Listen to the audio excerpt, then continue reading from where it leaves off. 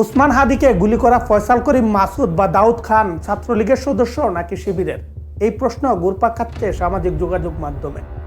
Net দুনিয়ায় ঘুরে বেড়ানো ছবি ও ভিডিও পর্যালোচনা করে এক প্রকার নিশ্চিত যে ফয়সাল করিম মাসুদ ছাত্রলীগ করত। কিন্তু সমস্যা তৈরি করেছে বিএনপির সিনিয়র যুগ্ম মহাসচিব রুহুল কবির রিজভির একটি বক্তব্য। রুহুল কবির রিজভি বলেছেন, পুলিশের পক্ষ থেকে জানানো হয়েছে হামলাকারী জামাত শিবিরের সঙ্গে জড়িত। জনাব রিজভি আরও অভিযোগ করেন, হাদির উপর সন্দেহভাজন হামলাকারী আগে ছাত্রলীগের রাজনীতির সঙ্গে যুক্ত ছিল। দেখা গেছে সে সাদিক কায়েমের সঙ্গে একই টেবিলে বসে চা খাচ্ছে।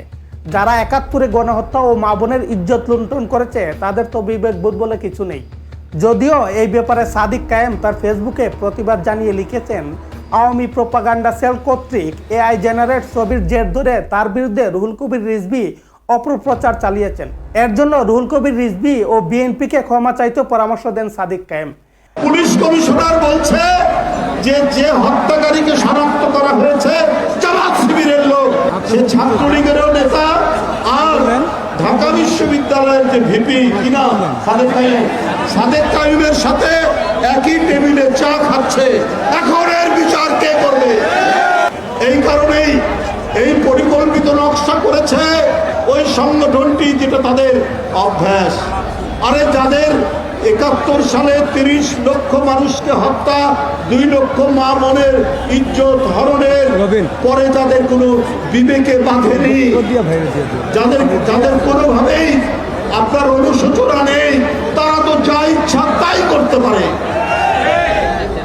এই মহা মাস্টার প্ল্যান, এই মহা পরিকল্পনা তারা করে চট করে অভিযোগটা যাতে চাপানো যায় বিএনপি নেতার বিরুদ্ধে, এইভাবে একটা চমৎকার ষড়যন্ত্র তারা করেছে। মারিয়ার সিরিয়ালে কিন্তু এখন হাদি, আপনার বরিশালে যে ফুয়াদ ভাইয়ের উপর যে আক্রমণটা হলো, আমাকে বেশ কয়েকজন কনফার্ম করছে যে এখন কিন্তু মারিয়ার সিরিয়ালে হাদি। শরীফ ওসমান হাদির বর্তমান অবস্থা খুবই ক্রিটিক্যাল, যে কোনো সময় মারা যেতে পারেন। হাদির রাজনৈতিক দর্শন আদর্শ কারো পছন্দ নাই হতে পারে। তার যেসব বক্তব্যের জন্য এত ক্ষোভ জন্ম নিয়েছে, সেসব বক্তব্যের প্রেক্ষিতে পাল্টা বক্তব্য দিয়ে কেন মোকাবেলা করা গেল না? একজন মানুষের কথার বদলে বুলেট দিয়ে কেন জবাব দিতে হলো?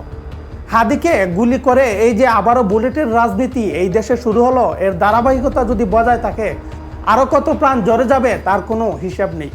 আমাদের যে অকর্মা স্বরাষ্ট্র উপদেষ্টা, বঙ্গুর প্রশাসন, নির্বাচনের আগে আগে এইসব বিশৃঙ্খলা ডিফেন্ড করার মতো ক্ষমতা কি আছে?